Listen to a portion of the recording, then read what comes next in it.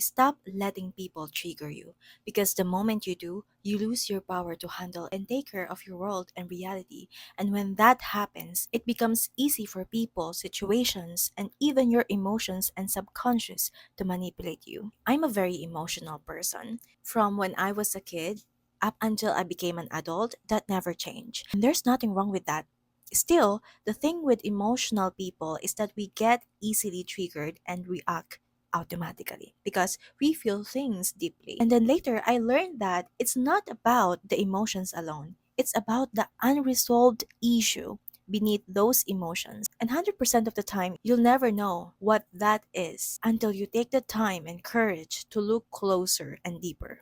Don't give them a space to feel. When I was a kid, other children would tell me I was ugly. They said I had eyes like an octopus, called me names like squid or octopus in the public. They shouted at me and made fun of me. I was easily affected and reacted to those words. Sometimes I fought them, sometimes I beat myself up for their unkind words until they became my own. So every time I heard those things, in my subconscious, in my mind, I believe I was what they called me because that's what I saw in the mirror. But before they said those things to me, I didn't see octopus eyes on my face. I didn't see myself as ugly either. Yet, after those repetitive moments, something changed.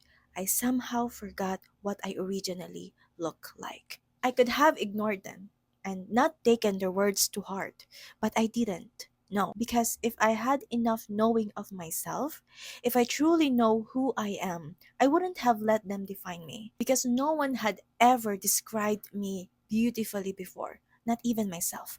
I let them shape me and describe me because I didn't do it myself. I let them shape my perception because I thought they were right, and I didn't have my own knowing or my own eyes to see myself as I am. I gave them a space to feel because I was empty of my own knowing, affirmation, recognition, and own perception and own validation and inner proof. So those insults found their way into that empty space and they filled it up until they took over my whole nervous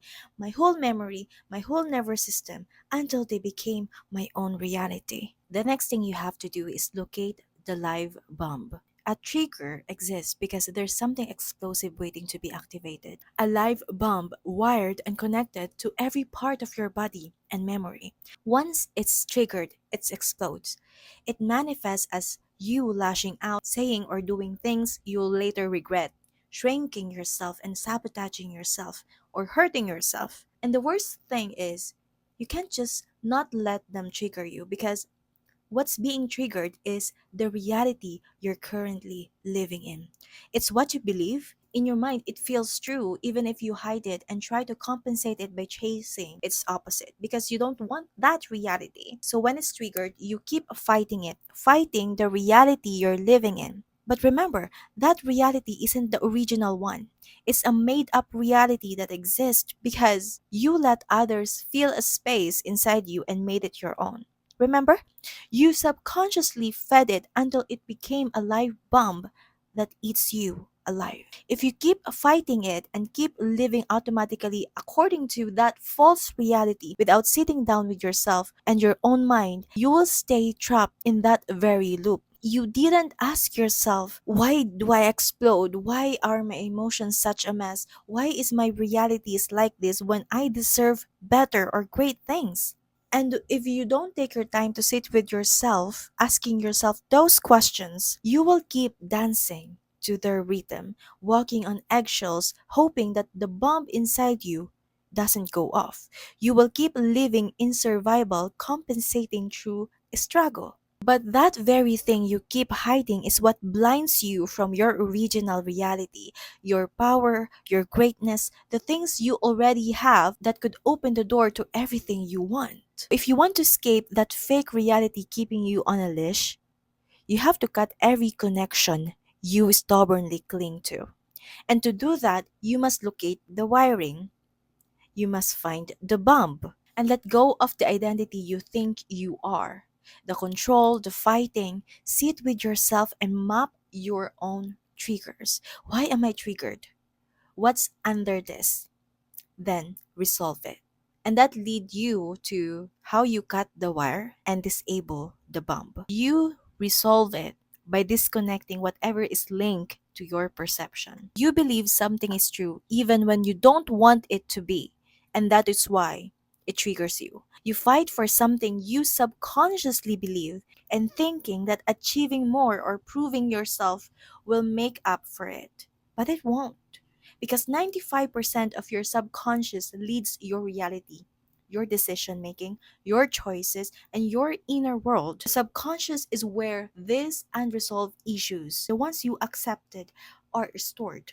That's what shapes your life, and only 5% is your conscious choice. That is where the learned reality is stored. The empty space others filled up for you, the live bomb waiting to explode. You can intercept it through deep self auditing. Ask yourself why you believe what you believe. How did it get there? Is it true according to your perception or someone else's? That's where your perception comes into play. Your perception shapes you. Your perception shapes you. And you shape your reality. It is how you sense, see, hear, and feel yourself. But most of the time, we're too busy trying to live up to an image, to the beliefs we think we believe, that we stop perceiving ourselves as we are, and we depend on the other people's eyes instead. That's how your senses get distorted. And back to my example, when those kids told me I had octopus eyes, I started perceiving myself that way. But before that, I saw myself with round, expressive, almond shaped eyes with lots of whites on it. Their words dictated my perception of how I see myself, and I started to believe that was my reality. And because I believe it, I fed that reality by hiding, by hating myself, by shrinking whenever I saw myself in the mirror. So when someone said it again, or when circumstances or reality reminded me of it, I'd get triggered.